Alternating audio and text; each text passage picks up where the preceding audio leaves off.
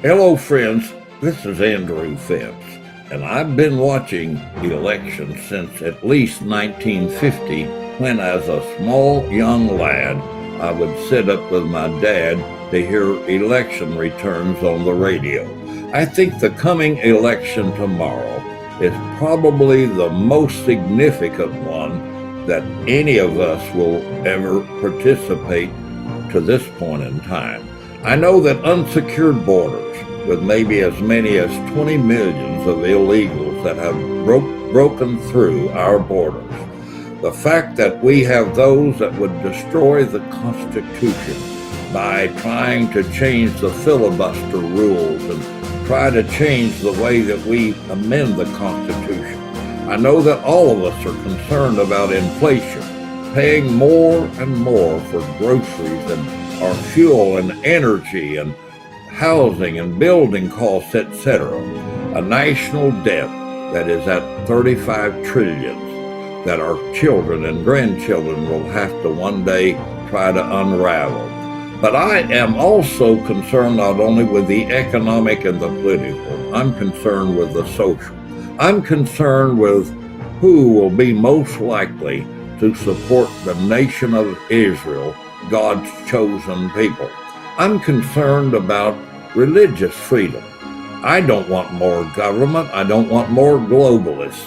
I don't want people that are issuing mandates and telling churches what they can preach and what they cannot say. And maybe like in the pandemic, where churches were actually fined if they met, or additional fines if they sang a song. I don't want that, and I don't believe that you do.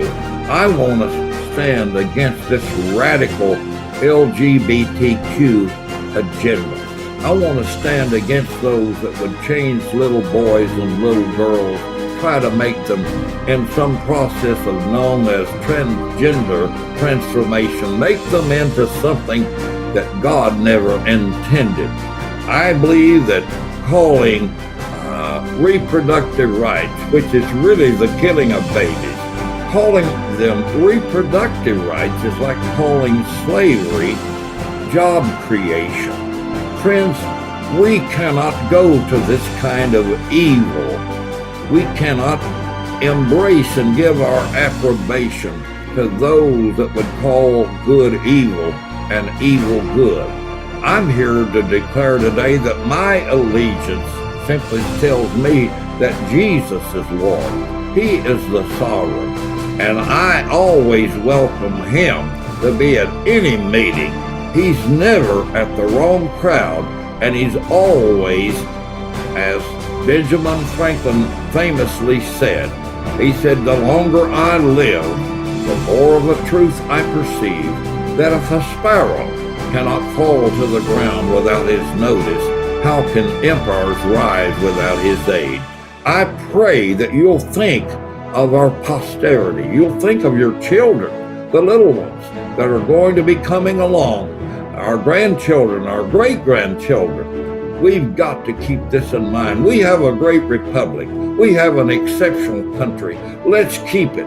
Let's do everything we can to restore dignity to this country and keep it a free republic.